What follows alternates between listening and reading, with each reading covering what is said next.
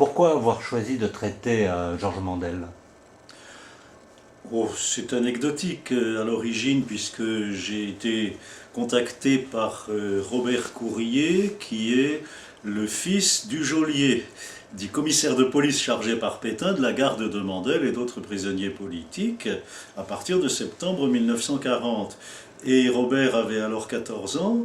Charles Courrier avait accepté la mission sous condition de pouvoir avoir très proche de lui sa famille, et du coup cet adolescent était devenu un peu une mascotte des hommes politiques, il s'intéressait beaucoup à ce qui se passait, et puis des dizaines d'années plus tard, étant retraité, il a décidé de faire une enquête approfondie sur ce sujet, extrêmement intéressante, et donc voilà, c'est tout ce matériau, ses propres souvenirs et tout le matériau qu'il m'a apporté, qui m'ont décidé, d'ailleurs j'ai tâtonné un peu sur le sujet, à un moment il était autant question de Paul Reynaud que de Georges Mandel, et puis finalement j'ai trouvé que l'idée d'une enquête sur l'assassinat même de Georges Mandel, avec toute cette préhistoire dans sa captivité, c'était quelque chose d'absolument palpitant, et j'espère faire palpiter quelques lecteurs avec.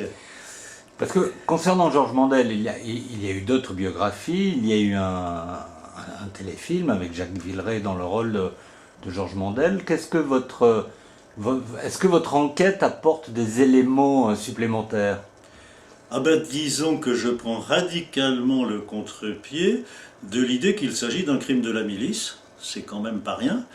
Et d'ailleurs, sur l'instigation précise de Robert Courrier, j'applique le même traitement à Marx d'Ormois.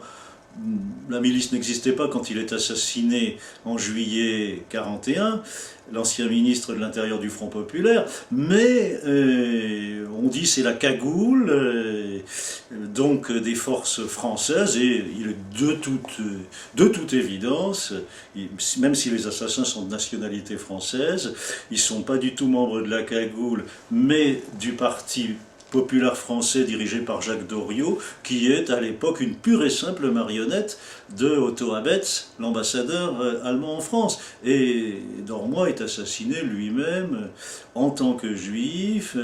Ça peut aussi être rattaché à la solution finale, tout comme l'assassinat de Mandel. Et on a là quelque chose de diabolique. En qualité d'écrivain, quels sont vos sujets de prédilection?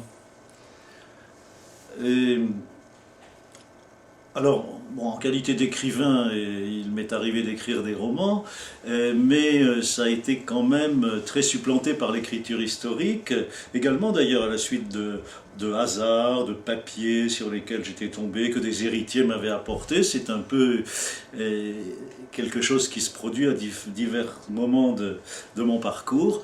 Et donc, je suis devenu historien de la première année de la Seconde Guerre mondiale. C'est le cœur de mon travail, mais également du nazisme en général, de la personnalité de Hitler en particulier.